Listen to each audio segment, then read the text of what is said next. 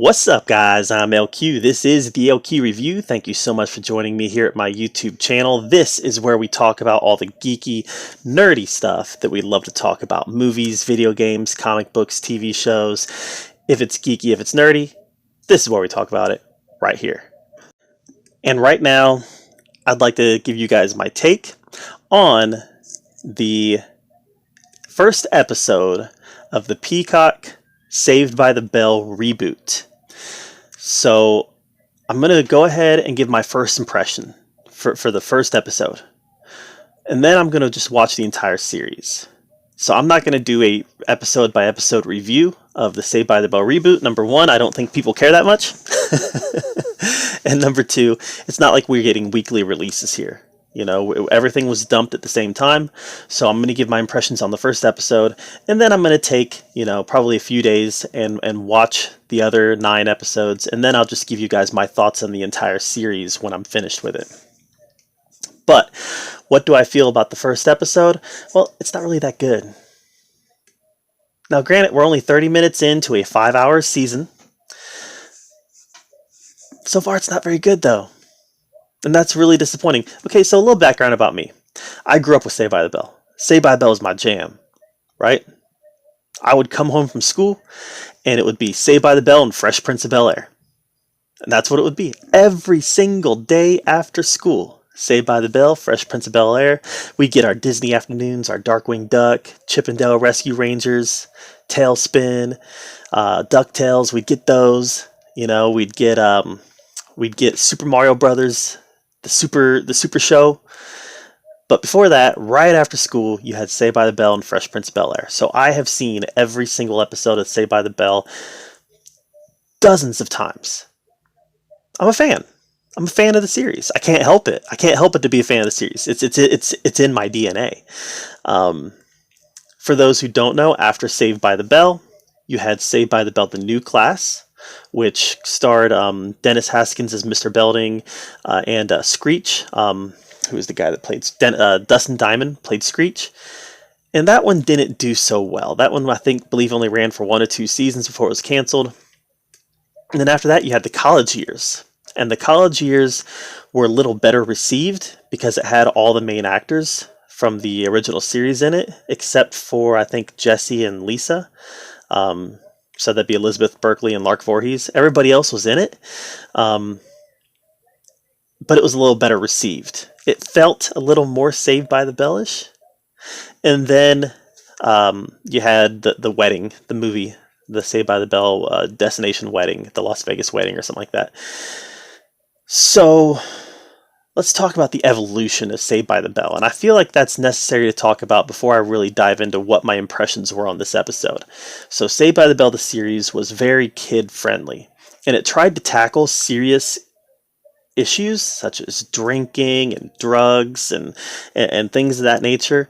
But it did it in a very sanitized, kid-friendly way, almost to a fault, where it almost didn't even feel authentic because it was so sanitized. But given the time that this was made, it felt right for the time. There was no swearing. There was little to no sexual innuendo. It was all very sanitized for the audience. Fast forward to the college years. The college years still felt very Saved by the Bell-ish in the sense that the kids themselves were very clean cut, didn't really get into any kind of bad or immoral behavior. Zach was still up to his old hijinks, but it was all for fun. There was a little more of an emphasis on the sexual innuendo during the college years, but not much more. And again, there was no swearing or anything like that. Now, this is a direct sequel. The new one is a direct sequel to the original series and the college years, and I guess also the New Class, even though Screech or Belding are not in this series at all, to my understanding. But yeah, this is a direct sequel, but it doesn't feel like a direct sequel. Let me explain. Much in the way that I've been critical on Star Trek Discovery and Star Trek Picard on those shows might be competent storytelling, but they don't feel like Star Trek. I feel like some of that's happening here with the Saved by the Bell reboot. Now, keep in mind, I'm only one episode in, but it doesn't necessarily feel like Saved by the Bell. Yeah, I think they put on the Saved by the Bell clothes. They want to resemble Saved by the Bell. They want to look like Saved by the Bell. They want to have some of the same actors pop up. They want it to take place in the same school and have that look mostly the same. And by the way, the sets look very much the same, especially the principal's office. But it doesn't feel like Saved by the Bell. The kids are cussing. The adults are making adult jokes. There's talks of sexual activity. It doesn't feel like Saved by the Bell. Now, you could make the argument that this is the next logical step. After the college years got a little bit more adult, it's time to go all the way. To some degree, I can't disagree with that. The Saved by the Bell audience are grown-ups now. They're my age. So in some ways, I can see where the thought process was between let the show grow up with the audience. The problem is that they're not going to get any new audience this way. This is only going to appeal to people who are my age. And it's not going to draw in any new audience members because it's appealing to people my age.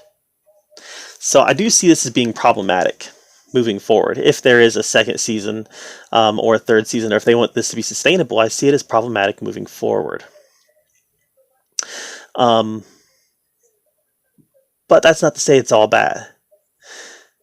Like I said, it's wearing the clothes, and it's wearing the clothes beautifully. It looks, in a lot of ways, like Saved by the Bell.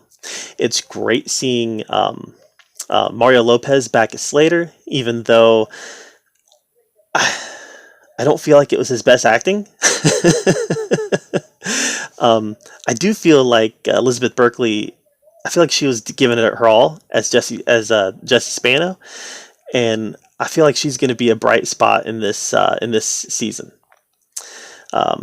Zach and Kelly were barely in it in the beginning. Zach was in it a little bit more than Kelly, but he was barely in it. Now, I will say that the stuff that Zach was doing was hilarious.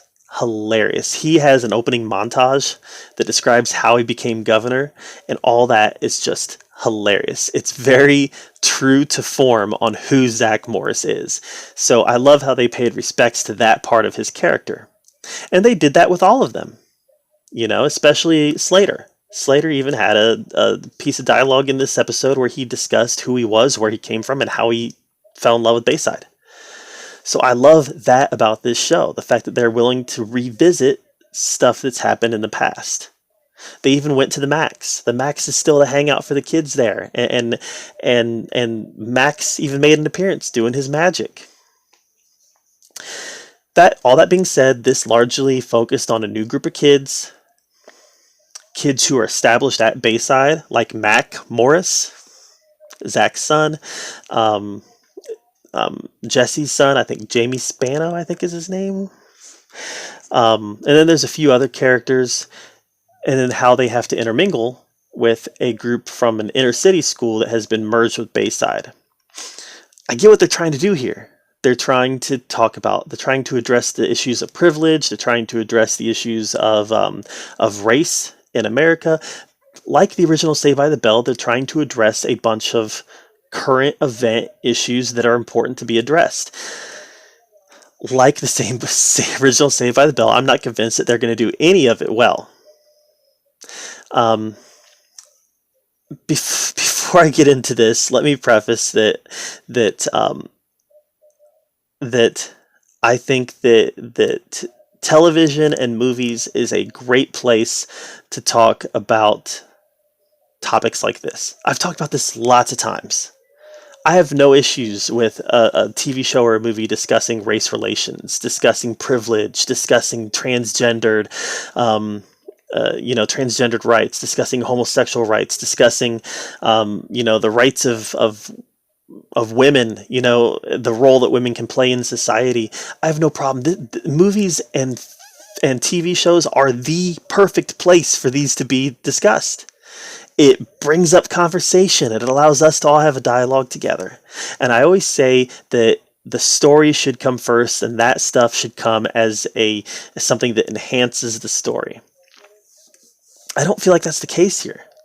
And I could be wrong. Again, I'm only 30 minutes in. But by golly, is Bayside not the single most diverse place on the planet? You've got, you've got somebody of every race popping up, and it looks like they're all, equal in numbers, right? Not one race outweighs the other in terms of numbers, and that's fine. That's fine, perfectly fine. You also have the girl that wants to play on the football team. You've also got the transgendered girl. You've also got the African American girl who wants to run for student class president, who wants to tackle the idea of privilege. You've got the privileged white boy. You've got the African American guy who doesn't want to necessarily fit into stereotypical norms. I mean, they are tackling just about every socially relevant issue that there is out there, and I feel that maybe it's too much. At least right away. Have a series of episodes that focuses on the transgendered girl. And then have a series of episodes that focuses on the girl that wants to play men's sports. Tell these stories, but don't do them in a way to where they get lost in the shuffle. And that's what I'm afraid is going to happen. They mentioned that the one girl is transgender, and then I think by the end of the episode, most people forgot about it because they were doing so much. Not only were they doing so much as far as tackling so many socially relevant issues, but they're also doing so much as far as giving fans their fan service with the original characters. There's a lot happening here.